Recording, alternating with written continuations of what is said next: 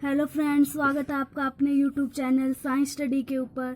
पिछले वीडियो में हमने इलेक्ट्रोकेमिस्ट्री के अंदर इलेक्ट्रोड पोटेंशियल को मापना सीखा था, electrode reduction potential eight standard condition.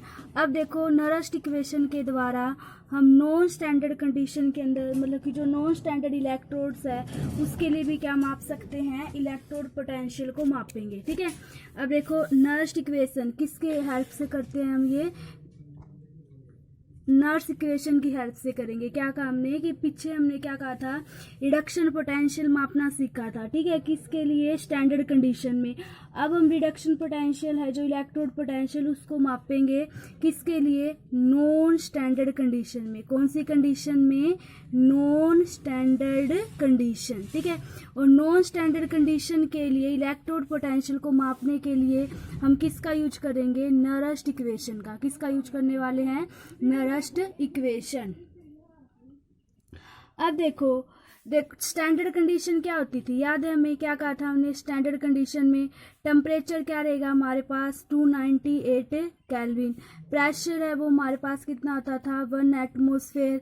ठीक है, और जो हमारे पास कंसंट्रेशन होती थी वो क्या रहेगी 1 मोल। ये पढ़ा था हमने स्टैंडर्ड कंडीशन के लिए। और वहाँ पे आपने सेल का मतलब कि जो स्टैंडर्ड इलेक्ट्रोड पोटेंशियल है वो कैसे निकाला था, अगर आपको याद हो, क्या कहते थे हम, E naught reduction potential at cathode, E naught reduction potential at cathode. भाई कैथोड के ऊपर जितना रिडक्शन पोटेंशियल होता था उस रोड का, माइनस हम रिडक्शन पोटेंशियल कहाँ पे, एनोड पे किया था हमने, ये याद होगा हमें। ये हम कौन सी कंडीशन में निकालते थे, स्टैंडर्ड कंडीशन में। इस इक्वेशन से हमने निकाला था स्टैंडर्ड के लिए। अब देखो नॉन स्टैंडर्ड कंडीशन क्या रहेगी हमारे पास, क्या कह रहे हैं हम, नॉन स्टैंडर्ड कंडीशन। देखो नॉन स्टैंडर्ड कंडीशन का मतलब क्या रहेगा हमारे पास, temperature is not is equal to the 298 kelvin, कि टेम्परेचर हमारा 298 केल्विन के इक्वल नहीं है, प्रेशर हमारे पास 1 एटमॉस्फेयर के इक्वल नहीं है, और कंसंट्रेशन हमारे पास 1 मोल के इक्वल नहीं है। वो कंडीशन हमारे पास क्या कहलाएगी, नॉन स्टैंडर्ड कंडीशन। क्या बोलेंगे हम उसे, नॉन स्टैंडर्ड कंडीशन। ठीक है, अब देखो नॉन स्टैंडर्ड कंडीशन के लिए हम क्या निकालने वाले हैं, इलेक्ट्रोड पोटेंशियल की वैल्यू निकालेंगे, और वो भी किसकी हेल्प से, नरस्ट इक्वेशन की हेल्प से। अब देखो अगर आपको एक बात याद हो, गैल्वेनिक सेल पढ़ते थे हम, कौन से सेल पढ़े थे हमने, गैल्वेनिक सेल। गैल्वेनिक सेल के अंदर आपने बोला था प्रोसेस होगा हमारे पास स्पॉन्टेनियस। कौन सा प्रोसेस रहेगा हमारे पास, स्पॉन्टेनियस प्रोसेस होता था। कौन सा प्रोसेस रहेगा, स्पॉन्टेनियस प्रोसेस होगा। स्पॉन्टेनियस का मतलब क्या होता है, स्पॉन्टेनियस प्रोसेस मतलब कि जो प्रोसेस क्या होंगे हमारे पास अपने आप होती थी, जो रिडोक्स रिएक्शन, वो हमारे पास क्या कहलाएगा, स्पॉन्टेनियस प्रोसेस। ये किसके अंदर होता था, गैल्वेनिक सेल के अंदर। अब देखो अगर हम ये कहें कि वर्क डन निकाले सेल का, तो वर्क डन हमारे पास सेल का कितना आ जाएगा, कि कितना चार्ज वहाँ पे फ्लो कर रहा है। ठीक है, और कितनी वोल्टेज हमारे पास है, फिर जिसके अंदर फॉर्मूला था हमारे पास वर्क डन, क्या हुआ हमारे पास, क्या हो जाएगा, चार्ज और वी अपने पास क्या हो जाएगा, वोल्टेज उस सेल का। याद है ना हम ऐसे करके बीकर बनाते थे 2। ठीक है, इसके अंदर हमने जिंक की रोड डाली थी, एनोड बोला था, यहाँ पे आपने कॉपर की रोड डाली थी, इन दोनों को साल्ट ब्रिज से जोड़ा था, फिर इलेक्ट्रॉन्स का फ्लो हुआ था, तो उसकी वजह से वोल्ट मीटर से हमने क्या मापा था, वोल्टेज को। ऐसा कुछ ध्यान में होगा, तो क्या हो, चार्ज और फिर हमारे पास क्या हो जाएगी, वोल्टेज। अब देखो जिंक के ऊपर क्या होता था, ऑक्सीडेशन। ठीक है, और जिंक ऑक्सीडेशन हमेशा कहाँ पे होता था हमारे पास, एनोड के ऊपर होता था। तो कैसे लिखते थे हम, जिंक है उसने अपने क्या किए, 2 इलेक्ट्रॉन्स क्या कर दिए, डोनेट कर दिए, और किस में कन्वर्ट हो गया, Zn2 पॉजिटिव में कितने इलेक्ट्रॉन डोनेट किए, 2 इलेक्ट्रॉन डोनेट किए। इसी प्रकार से कॉपर होता था, कॉपर पे क्या रहेगा, रिडक्शन, कॉपर के पास क्या होगा, रिडक्शन, और रिडक्शन किसके ऊपर होगा, कैथोड के ऊपर होगा रिडक्शन। ठीक है, कॉपर 2 पॉजिटिव है, वो 2 इलेक्ट्रॉन एक्सेप्ट करेगा और किसके अंदर कन्वर्ट हो जाएगा हमारे पास, कॉपर के अंदर। ये हमने किसके अंदर पढ़ा था, गैल्वेनिक सेल के अंदर ये रिएक्शन पढ़ी थी।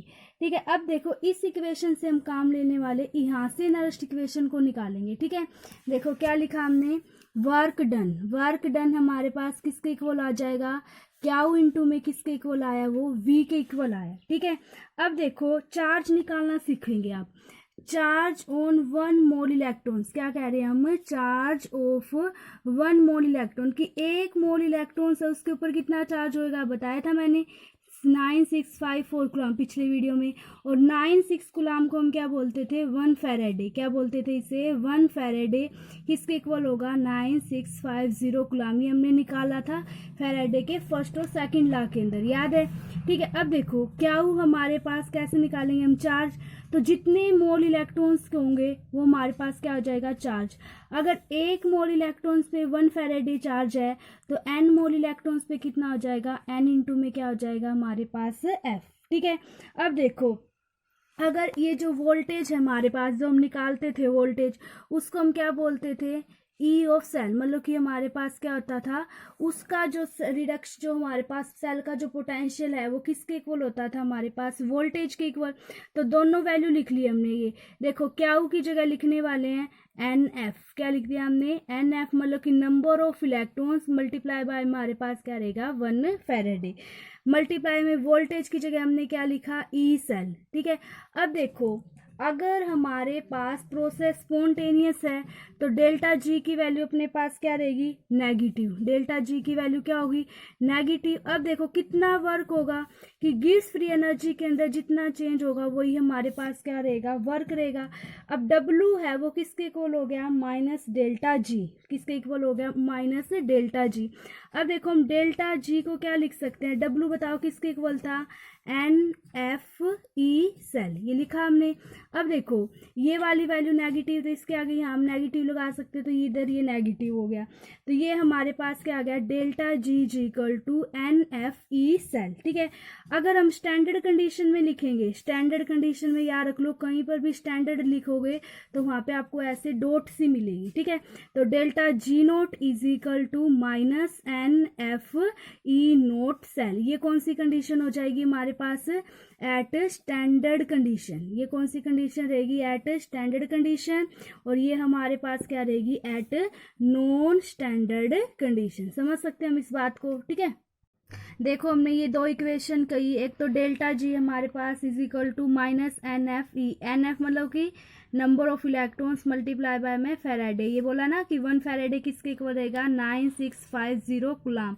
और ये हमारे पास ई ऑफ सेल, ये स्टैंडर्ड कंडीशन में मैंने कहा जहाँ पे भी आपको ऐसे डॉट मिले ना वो किसको डिनोटेड कर रही है हमें, एट स्टैंडर्ड कंडीशन। अब देखो सारी चीजें देख लो, डेल्टा जी ये आपके पास है, gives free energy change eight standard non standard condition, gives free energy change eight non standard condition, क्योंकि डॉट नहीं लगा हुआ ना इसके आगे, तो ये कौन सी कंडीशन रहेगी हमारे पास, नॉन स्टैंडर्ड। और डेल्टा जी नोट है ना, ये gives free energy change eight standard condition, note लग गया वहां पे। स्टैंडर्ड मैंने आपको बताया था जब टेम्परेचर 298 केल्विन हो, प्रेशर 1 एटमॉस्फेयर हो, और कंसंट्रेशन कैसे हो हमारे पास 1 मोल। ठीक है, फैराडे की वैल्यू आपको पता ही है 9650 कूलम, इस इक्वेशन के लिए बता रही हूँ तुम इन दोनों के लिए।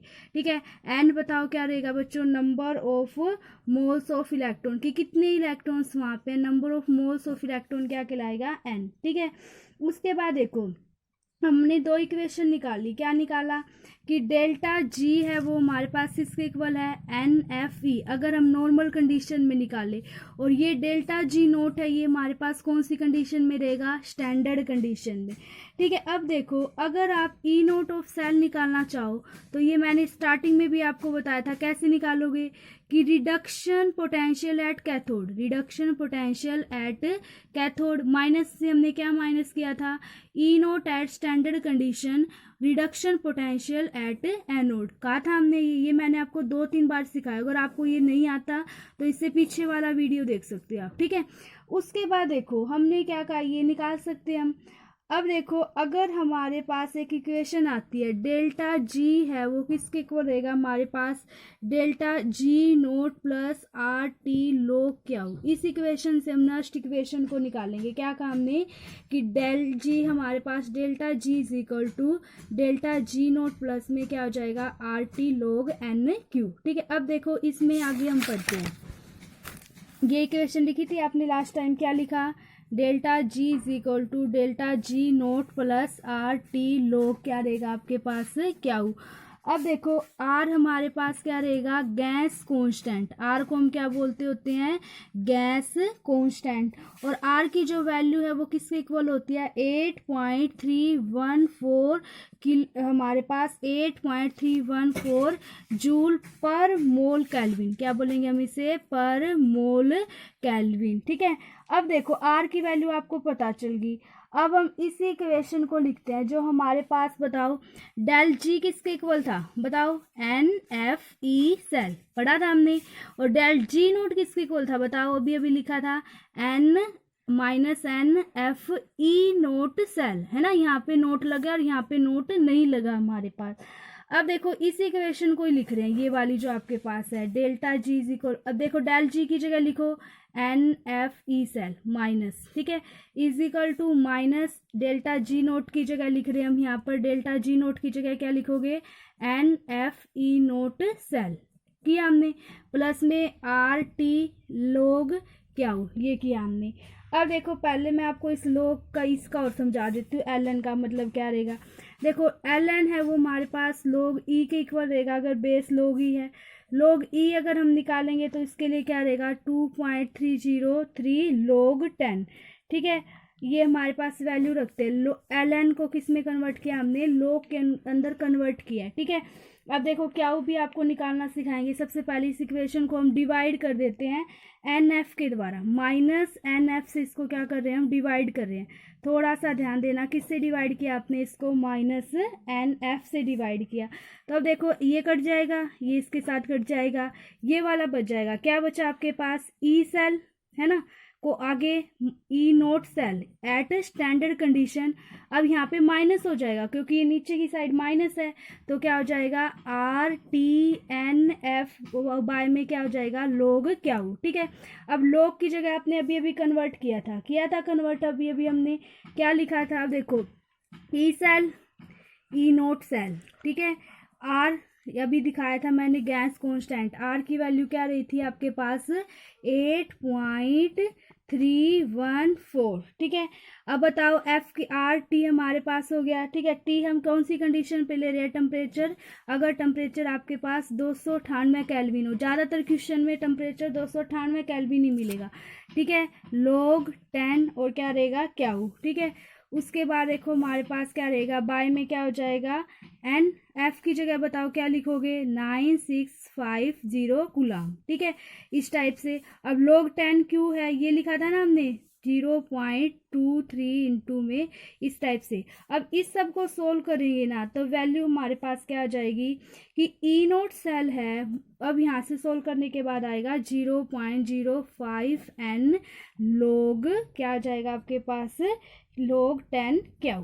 ठीक है, ये सोल्व करने के बाद ये हमने सीख लिया कि E सेल हमारे पास E naught cell minus 0.059 N log 10 Q. अब देखो क्यू को कैसे निकालेंगे, इसको और सीखना जरा।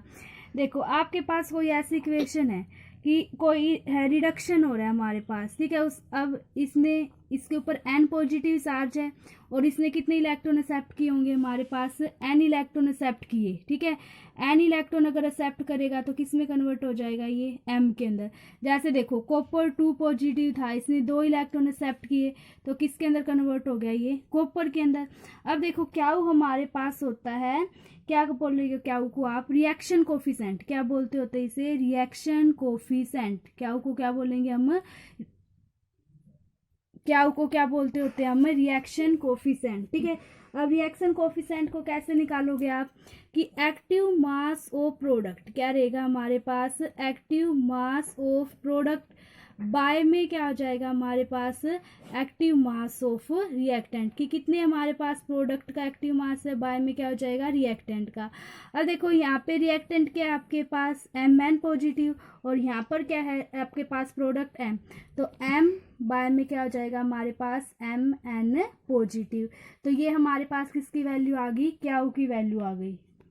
सब कुछ करने के बाद लास्ट में आपके पास इस इक्वेशन को बोलते हो आप नर्स्ट इक्वेशन, इसे बोला जाएगा नर्स इक्वेशन। ठीक है, कि E सेल हमारे पास जो हमें कैलकुलेट करनी है, E naught cell at standard condition जो कैलकुलेट करना मैंने आपको सिखाया था, -0.059 बाय में एन नंबर ऑफ इलेक्ट्रॉन्स, ठीक है। log 10 ये अभी आपको वैल्यू निकालने सिखाएंगे। m बाय में क्या रहेगा हमारे पास, mn पॉजिटिव, मतलब कि कितने इलेक्ट्रॉन वो एक्सेप्ट कर रहा है या फिर डोनेट कर रहा है या फिर इसके ऊपर कितना चार्ज है, इसको हम क्या बोलेंगे, नर्स्ट इक्वेशन। अगर आपको अभी भी ये समझ नहीं आई तो आप एक एग्जाम्पल ले लो, आपको अच्छे से क्वेश्चन से पता चल जाएगा हम कैसे इसका यूज करने वाले हैं। जैसे देखो आपको ना ई नोट सेल दिया हुआ है, ई नोट मतलब कि स्टैंडर्ड कंडीशन पे थोड़ा सा ध्यान देना, ई नोट सेल दिया हुआ है, कॉपर 2 पॉजिटिव किसके अंदर कन्वर्ट हो रहा है, कॉपर के अंदर, मतलब रिडक्शन हो रहा है उसका, ये वैल्यू आपको दे दी 0.34 वोल्ट। और ये वैसे मैंने आपको इलेक्ट्रोकेमिकल सीरीज में भी बताया था, इसकी वैल्यू हमारे पास क्या होती है कॉपर के लिए, 0.34 वोल्ट। अब देखो टेम्परेचर अपने को दे दिया वही 298 केल्विन, और मैंने ये भी कहा था कि ज़्यादातर जो नर्स्ट इक्वेशन है वो इसी टेम्परेचर के ऊपर यूज करेंगे हम, ठीक है। और कॉपर 2 पॉजिटिव की कंसंट्रेशन दे दी, कॉपर 2 पॉजिटिव की कंसंट्रेशन है 0.01 मोल, कितनी दे दी, 0.01 मोल। और आपको रिडक्शन पोटेंशियल निकालना है कॉपर के लिए, क्या निकालना है आपको, रिडक्शन पोटेंशियल, मतलब कि ई सेल निकालना है कॉपर के लिए, सिर्फ कॉपर के लिए निकालना है, ठीक है। अब देखो नर्स्ट इक्वेशन को आप कैसे लिखोगे, किसके लिए निकाल रहे हो, कॉपर 2 पॉजिटिव से कॉपर के लिए।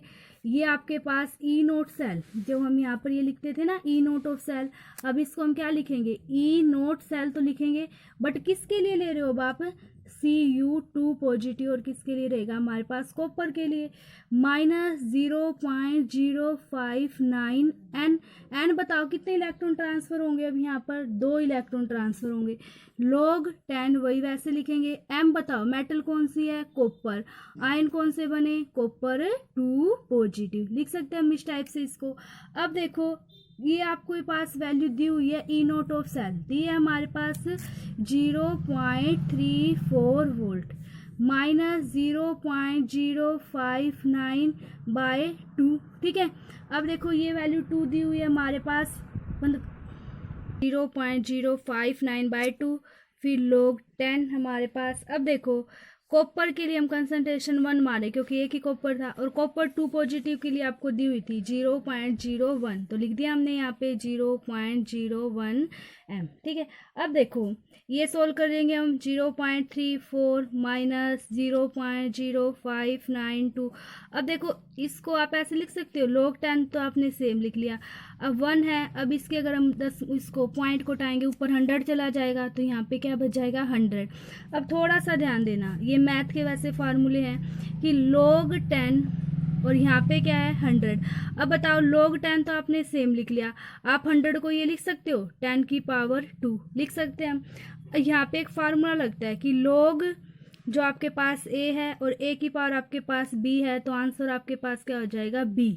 तो अब बताओ a की जगह 10, ठीक है, a की जगह हमारे पास 10 हो गया, तो देखो ये रहा 10, यहाँ पे भी 10, पावर क्या होगी b पावर बताओ क्या है 2, तो आंसर आपके पास यहाँ पे क्या आ जाएगा 2। तो आप क्या लिखोगे 0.3 वोल्ट माइनस 0.059 बाय 2। अब यहाँ पे भी हमने क्या निकाली वैल्यू 2 से 2 कट जाएगा, जब इसको माइनस करेंगे तो आंसर क्या आ जाएगा 0.8 वोल्ट, ठीक है। इस टाइप से हम सम को करते होते हैं। देखो आज का टॉपिक रिवाइज कर लेते हैं। नर्स्ट इक्वेशन निकाल रहे थे, Nernst equation for electrode potential, कि किसी भी मतलब कि हमारे पास सेल है उसका इलेक्ट्रोड पोटेंशियल मापने के लिए हमारे पास क्या थी, नर्स्ट इक्वेशन। और Nernst equation non standard condition में कि जब टेम्परेचर है वो 298 केल्विन नहीं है, प्रेशर 1 एटमॉस्फेयर नहीं है और कंसंट्रेशन 1 मोल नहीं है। गैल्विक साइन के अंदर प्रोसेस कैसा होता था, स्पॉन्टेनियस रिडॉक्स रिएक्शन होती थी। अगर आपके पास वर्क डन है वो किसके इक्वल हो गया, क्वांटिटी में भी क्या था आपके पास चार्ज, भी क्या थी आपके पास वोल्टेज ऑफ सेल, ठीक है। अब सेल के अंदर हमने एनोड के ऊपर ऑक्सीडेशन देखा था, याद है हमें, जिंक ने अपने 2 इलेक्ट्रॉन दिए थे, कॉपर ने अपने 2 इलेक्ट्रॉन्स उस जिंक ने जो दिए थे वो ले लिए, तो कॉपर के ऊपर क्या हो गया रिडक्शन, ठीक है। अब देखो चार्ज की वैल्यू निकालने के लिए हम फार्मूला यूज करते हैं, ये मैंने फैराडे के फर्स्ट लॉ और सेकंड लॉ में बताया था कि चार्ज ऑन 1 मोल इलेक्ट्रॉन्स कितना रहेगा हमारे पास 950 0 कूलाम, तो 1 फैराडे के इक्वल होता था। अब देखो अगर आपके पास n mole of electron flow करे तो चार्ज किसके इक्वल हो जाएगा, n इंटू में f। क्या होगी, किसके इक्वल हो जाएगा, n इंटू में f। v आपके पास क्या होगी, वोल्टेज। वोल्टेज किसके इक्वल हो जाएगी बच्चों, ई सेल के। अगर हम वापस से वर्क डन निकाल लें तो अब बताओ क्या की जगह आपने क्या निकाल लिया, nf। वोल्टेज की जगह हमने क्या रख दिया, ई सेल। अब वर्क डन जब होगा तो गीस फ्री एनर्जी की वैल्यू कम होती जाएगी क्योंकि सिस्टम अपनी एनर्जी को क्या कर रहा है, यूज कर रहा है। तो डेल्टा जी है वो किसके इक्वल हो जाएगी, माइनस एन एफ ई। अगर ये वाला माइनस इधर चला जाएगा तो क्या हो जाएगा, एन एफ ई सेल। ये तो नॉन स्टैंडर्ड कंडीशन में। अगर जहाँ पे आपको ऐसे डॉट लिखा हुआ मिल जाए ना, वो कौन सी कंडीशन में रहेगा, स्टैंडर्ड, कि delta G naught is equal to N F E naught cell. ये कौन सी कंडीशन हो जाएगी आपके पास, स्टैंडर्ड। और स्टैंडर्ड कंडीशन में ई नोट सेल कैसे निकालते थे हम, कि reduction potential at cathode minus reduction potential at anode. निकालते थे हम इस टाइप से कि डेल्टा जी बताओ क्या था, गीस free energy change at a non standard condition, N number of moles of electron, F क्या रहेगा आपके पास, फेराडे कांस्टेंट, ठीक है। और डेल्टा जी नोट हमारे पास गीस free energy change in standard condition. अगर डेल्टा जी की वैल्यू आपके पास ये है एन एफ ई सेल और डेल्टा जी नोट की वैल्यू क्या है, N F E naught cell, तो टेम्परेचर हमने 298 केल्विन रखा हुआ है, प्रेशर 1 एटमॉस्फेयर है और कंसंट्रेशन हमारे पास क्या है, 1 मोल। तो ई नोट ऑफ सेल, ये तो मैंने आपको 2 बार बता दिया कि reduction potential at cathode minus reduction potential at anode. अगर आपके पास ये इक्वेशन है कि delta G is equal to delta G naught plus में आर टी लॉग क्या हो, आर गैस कांस्टेंट, जिसकी वैल्यू आपके पास ये रहेगी, ठीक है। अगर आपके पास डेल्टा जी की जगह आपको ये वाली वैल्यू दी हुई है, देखो डेल्टा जी की जगह हमने निकाला था minus N F E cell और डेल्टा जी नोट की जगह minus N F E naught cell, यही हम यहाँ पर पुट कर रहे हैं। डेल्टा जी की जगह एन एफ ई सेल और डेल्टा जी नोट की जगह minus N F E naught cell plus R T log क्या हो, जो उसने लिखा हुआ है। अब देखो पूरी इक्वेशन को आप एन एफ से डिवाइड कर दो तो ये कट जाएगा, ये कट जाएगा, ये कट जाएगा, लेकिन ये तो बचेगा। तो इक्वेशन क्या बच जाएगी, ई सेल हमारे पास E naught cell minus R T l n क्या हो। अब लॉग को सोल्व करो, देखो टेम्परेचर आपके पास 298 केल्विन, एल एन हम किसके इक्वल लिखते हैं, लॉग ई के, तो इसकी वैल्यू किसके इक्वल लिखी जाती है, 2.303 लॉग 10, ठीक है। क्या हो, रिएक्शन कोफिशिएंट, ये हम निकाल लेंगे, ठीक है, कि एल एन है वो लॉग ई किसके इक्वल हो जाएगा, 2.303 लॉग 10। तो हमने ये सारी वैल्यू यहाँ पर पुट कर दी। सोल्व करेंगे तो क्या आएगा, E cell E naught cell minus 0.059 n log 10 क्या हो। अब देखो क्या हो की जगह निकालना सीखो कि अगर ये इक्वेशन है हमारे पास कि कोई भी मेटल है उसके ऊपर n पॉजिटिव चार्ज था और उसने n इलेक्ट्रॉन को एक्सेप्ट कर लिया और किस में कन्वर्ट होगी, वो मेटल के अंदर। तो इस साइड प्रोडक्ट है, प्रोडक्ट का जो एक्टिव मास है बाय में active mass of reactant, reactant ये आपके पास, इससे किसकी वैल्यू आ जाएगी, क्या होगी। और ये आपके पास मेन नरेस्ट इक्वेशन है, अगर कोई पेपर में यूज करने वाली है तो वो ये वाली रहेगी कि E cell minus E naught cell by minus E cell is equal to हमारे पास E naught cell minus 0.059 by में एन लॉग 10 एम बाय में क्या हो जाएगा, एम एन पॉजिटिव। ये नरेस्ट इक्वेशन है, ठीक है। इसका एक एग्जांपल और कर लो, देखो ये आपके पास कॉपर 2 पॉजिटिव कॉपर के अंदर कन्वर्ट हो रहा है, ये आपको स्टैंडर्ड कंडीशन में वैल्यू दी हुई है, ई नोट वैल्यू दी हुई है plus 0.34 volt, temperature 298 kelvin, copper 2 positive की कंसंट्रेशन 0.01 मोल। तो रिडक्शन पोटेंशियल निकालना है कॉपर के लिए, तो हम इक्वेशन में पुट करेंगे। अब यहाँ पर किसके लिए निकाल रहे हैं, कॉपर 2 पॉजिटिव बाय कॉपर, ये वाली वैल्यू हमें दी हुई है माइनस 0.059 बाय में एन लॉग। अब बताओ एम क्या है, कॉपर मेटल, और एम एन पॉजिटिव क्या है, कॉपर 2 पॉजिटिव, ठीक है। ये लिखेंगे 0.34 दी थी, ये सेम का सेम, नंबर ऑफ इलेक्ट्रॉन्स कितने आ गए 2, एन की जगह 2 लिख दिया, लॉग 10, कॉपर की वैल्यू 1, कॉपर 2 पॉजिटिव की अगले ने दी थी क्या थी 0.01 मोल। अब देखो ये सारी वैल्यू हमने लिख दी। पॉइंट को उठाएंगे तो 100 कहाँ चला जाएगा, ऊपर की साइड, ठीक है। तो log 10 मल्टीप्लाई बाय में 100, तो log 10 100 को हम क्या लिख सकते हैं, log 10 10 की पावर 2, और ये आंसर 2 क्यों आया, ये वाले फार्मूले से। फिर इसमें से इसको माइनस करेंगे तो आंसर क्या आ जाएगा, 0.28 वोल्ट, ठीक है। थैंक यू वीडियो देखने के लिए। अगर आपको वीडियो अच्छा लगे लाइक करें, शेयर करें, चैनल को सब्सक्राइब करें। Thank you.